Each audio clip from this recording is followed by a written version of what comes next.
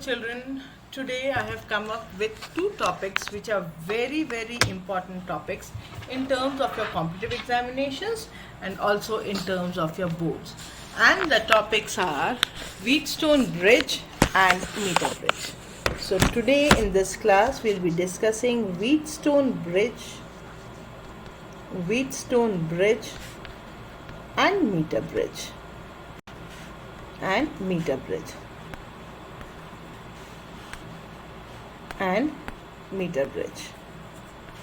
So now let us understand in detail what is a Wheatstone bridge.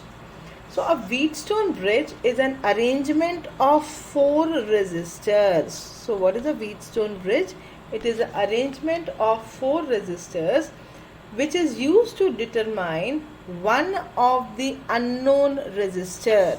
So what is the use of Wheatstone bridge?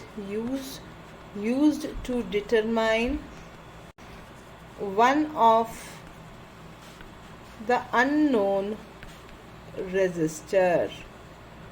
Used to determine one of the unknown resistors. And in terms of what? In terms of other 3 known resistors. In terms of the other 3 resistors. So what is Wheatstone bridge? Wheatstone bridge is an arrangement of 4 resistors. Why is it used? To determine one of the unknown resistor. In terms of what? In terms of the other 3 resistors. So what did we say? That Wheatstone bridge consists of 4 resistors. Let the resistors be P, Q, R and S. So let us now understand how can we construct a Wheatstone bridge. So a resistor P, then you have a resistor R, then you have a resistor Q, and then you have a resistor S. They are so connected so that it forms a quadrilateral. A, B, C and D. The diametrically opposite 2 ends are picked and it is connected to a battery and a key. The other 2 diametrically opposite ends is connected to a galvanometer. So now when the current starts flowing, now let us understand the working. So now when the current starts flowing, suppose the current at this point entering the Wheatstone bridge is I. Out of this I, if I1 goes through P, then what is the remaining current? I minus I1. So again you have a junction. So at the junction, if the current Ig enters the galvanometer, then at the point D, there are 2 currents which are clubbing up. That is I minus I1 plus Ig, which will enter through S. Okay. So Ig current was entering out of I1, Ig current entered through the galvanometer. So what will be the current through Q? The current through Q will be I1 minus Ig. So at point C, you have got 2 currents culminating again, that is I minus I1 plus Ig and I1 minus Ig. So if you add it, you again get the current I. Since the total current which entered the circuit was I and the total current which came out of the circuit is also I, that means the circuit is correct. Now, Wheatstone bridge uses what? It uses Kirchhoff's law. And what does Kirchhoff's law say? You apply KVL to the loops. Okay? Kirchhoff's law, you know that Kirchhoff's law, there are 2 laws, KCL and KVL. KCL states that the amount of current entering the junction is equal to amount of current leaving the junction, that we just saw that I current entered the junction and I current left the junction. And then the sum of all the voltages and the voltage drop across the resistors should be 0. The algebraic sum of all the resistors, all the voltage drops and the voltage sources in a circuit must be 0. So we'll be applying KVL to the loop A, B, D, A. In this loop, if you apply, then there is no voltage source, so on the left hand side it will be 0. You are going upwards and you are getting current upwards in the resistor P, so this is P into I1. And then you reach point B and you are also going down, current is going down. What is the current which is going down? Ig. Let Rg be the resistance of the galvanometer. So in this case, the resistance will be Ig Rg. And now you have to move from D back to A. From D to A you are moving upwards, but the current is coming where? The current is coming downwards. So now the voltage drop will go negative because there are two different directions. So it becomes I minus I1 into R. Similarly, now we apply KVL to the loop B, C, D, B. Again there is no voltage source, so this is 0. And then you can see that if you start from B and move to C, then the current is going downwards, you are also going downwards, so this becomes Q into I1 minus Ig. Now you have reached point C. From point C you are going down and the current is coming up, so this is minus I minus I1 plus Ig. You have to go back to B, so you are going upwards and the current is coming downwards, so sign will be negative, that is Ig Rg. So when the bridge is balanced, this means what? There is no current through the galvanometer. So when the bridge is balanced, there is no current through the galvanometer, that is Ig is equal to 0.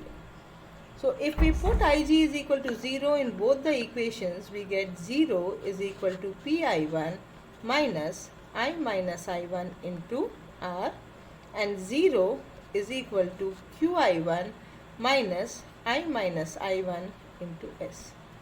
Then we transfer it, so it becomes I minus I1 into R is equal to Pi1, and I minus I1 into S is equal to Qi1. Dividing P by Q is equal to R by S. This is called the balanced condition of the Wheatstone bridge. So when the bridge is balanced, the ratio of arms is constant. That means if one of my resistors, suppose P is the unknown resistor, then I will adjust QRS in such a way that there is no current through the galvanometer, and at that point I can find out the value of the unknown resistor. So now the key word which will come is the sensitivity of galvanometer. Sensitivity, very important. Sensitivity of a galvanometer is when it shows large deflections in galvanometer for a small change in current. So whenever there is large deflection in galvanometer for a small change in current. You already know that galvanometer, you have learned in class 10th, a device which detects the presence of the current. It does not measure the current in the circuit, but it only detects the current in the circuit. So how can you increase the sensitivity of a galvanometer? It depends on the position of battery and the galvanometer. Number 2, it also depends on the magnitude of the resistances of the arms on the bridge. The bridge is sensitive when all the 4 resistances are of the same order. So P, Q, R, S must be of the same order. So now let us understand, if we have got multimeter to measure the resistance and all the other things, then what is the advantage of using a Wheatstone bridge? Wheatstone bridge uses a null method. What does it use? It uses a null method. That is, if the internal resistance of the cell and the resistance of the galvanometer does not affect the null point. So it is a null method.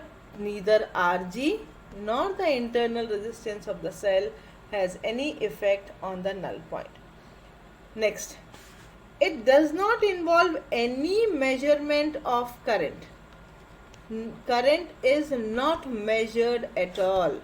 Since the current is not measured at all, so neither the potential difference is required. No ammeters and no voltmeters will be required. The circuit becomes a simpler one. And third, the accuracy of the instrument. It is a very accurate and a precise device which measures the unknown resistance. So, I hope you are clear with Wheatstone bridge. And now let us start with an application of Wheatstone bridge, that is meter bridge. So, what is a meter bridge? It is the simplest application of Wheatstone bridge. What is a meter bridge? Application of Wheatstone. Application of what? Application of Wheatstone bridge. Since it is an application of Wheatstone bridge, its principle should be the same as that of Wheatstone bridge. That is, when there is no current through the galvanometer, the ratio of arms of resistors are in a common ratio. So now let us understand how do we construct a meter bridge. A meter bridge consists of a wooden scale of length 100 centimeter. What does it consist of? It consists of a wooden scale of length 100 centimeter. So what is the length of the scale? 100 centimeter. On this wooden scale, we place a wire. So automatically the whole length of this wire will be what? It will be 100 centimeter. So what is the length of the wire? This is also 100 centimeter. Then what do we do is, we place thick metallic strips at the two ends of the meter bridge. At the two extreme ends, we place two metallic copper strips. It is kept thick so that it does not interfere with the resistance of the wire, experimental wire. And this experimental wire, which is placed on the board, is made up of magnenin, and this magnenin wire should have uniform area of cross section. And then, leaving some gap, we place another metallic strip which has got 3 slots in it. Slot number 1, slot number 2, slot number 3. In slot number 1, what do we do is, we place an unknown resistor R. In the extreme right slot, we place a known resistance S. The center of the slot is connected to a galvanometer. Galvanometer is in turn connected to a jockey. Jockey is nothing but a pen-like object. A pen-like object. As you can slide the pen, see, if I show you something like this here, something like this. So if you can see in the spotlight, you can see a pen-like structure. So this is how a jockey appears. It is a pen-like structure which can be slided on the wire, and hence meter bridge is also called as slide wire bridge. It is also called what? Slide wire bridge. The extreme ends are now connected to a battery and a key. Now, as the current starts flowing, we start sliding the jockey in such a way that we get a length L for which the galvanometer shows zero deflection. That is, we want to find the null point. Once we have got the null point, the total length was how much? 100 centimeters. This is L. So this is 100 minus L. Now what do we know? That resistance is directly proportional to length. So this part of the wire A, if null point is N, AN will have a different resistance and NB will have a different resistance. To convert this into a Wheatstone bridge, this is what we needed. 4 resistors, R, S, L and 100 minus L, a battery and a key. So my Wheatmeter bridge now gets converted into something like this. R, S, L, 100 minus L. This is a galvanometer and here it is. See how simply we have converted meter bridge into Wheatstone bridge. Now the things are very simple. If it is balanced, then R upon S should be equal to L upon 100 minus L. R is my unknown resistance, so R is equal to L upon 100 minus L into S. So this is how we find out the unknown resistance. Once the resistance has been found out, you can also find the resistivity. Resistivity is equal to what? RA upon L.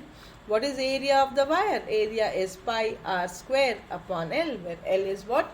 The radius of the wire. I hope you enjoyed the session, children, and tomorrow we will discuss the numericals of it. Okay, bye-bye.